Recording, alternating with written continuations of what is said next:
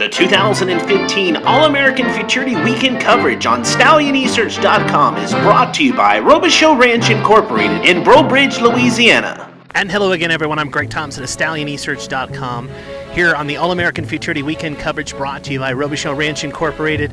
On this episode, we're focusing on the fastest qualifier going into the All American Futurity, one fabulous eagle over in the Kasey Willis barn. We were able to talk with Kasey Willis about his fastest qualifier, who also made it into the field of the Ruidoso Futurity earlier this meet. At the All American Futurity brunch draw, trainer Kasey Willis was eager to put the horse in the outside post position. In stall number 9, we were able to talk with Kasey Willis about his choice as well as how the horse has been training. Here with Kasey Willis right after the draw. Kasey went with the 9-hole. What's the strategy there with this horse?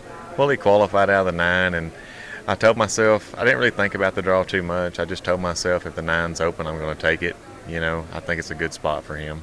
Right. He don't really need to be necessarily next to another horse for him to run to his full potential or nothing like that. So I wasn't really worried about who was around me or nothing.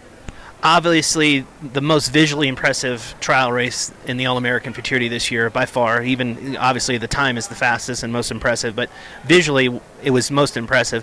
How did the horse come out of the race? Actually, really, really good. I mean, I sat there for a couple of days with him, you know, and I couldn't be more happy with how he came out of the race. Like, it's a good deal, you know. He's so much better than he was for the other Futurity, so. In what way? Well, the other Futurity, he just got real body sore because his track was a lot looser earlier in the meet. And, you know, he didn't get right until a day or two before the race, and this time he's right a day or two after the trial. So, and, you know, it's just, I knew we've had a great 2 weeks. Right. A lot of a pressure going into this race. You know, this horse is a colt. There's plenty of pressure. There's a lot riding on this $3 million race. I've been over to the barn with you. You're just treating this kind of like any other race, and I guess that's the strategy you should probably be taking. Yeah, I mean, in my opinion, you know, horses are repetitious minded. They like you to do the same things to them, what they're comfortable with, and there's no need for me changing what works for him. And, you know, I handle him when it's time for me to handle him, and I let my boys take care of him the rest of the time. And, you know, he don't know it's for $3 million. He just ready to go over and kick ass again, you know.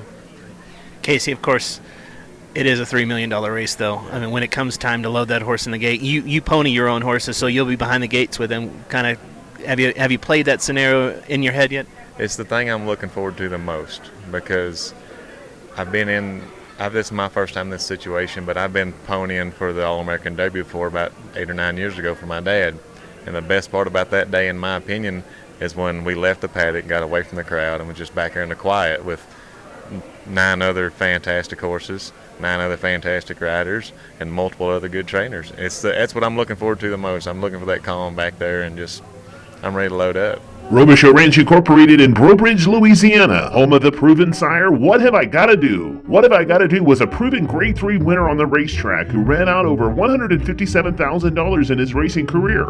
And an impressive gray runner, What Have I Gotta Do ended his career tallying a 108 speed index as a runner. What Have I Gotta Do's pedigree is a strong one. He's the son of Shazoom, but is a half-brother to both the sires Stoli and Papacito. What Have I Gotta Do has produced runners with career earnings of over $23.5 million, as well as boasting 31 black-type graded stakes winners from only 16 crops to race. What Have I Gotta Do? Standing at Robichaux Ranch Incorporated in Breaux Bridge, Louisiana.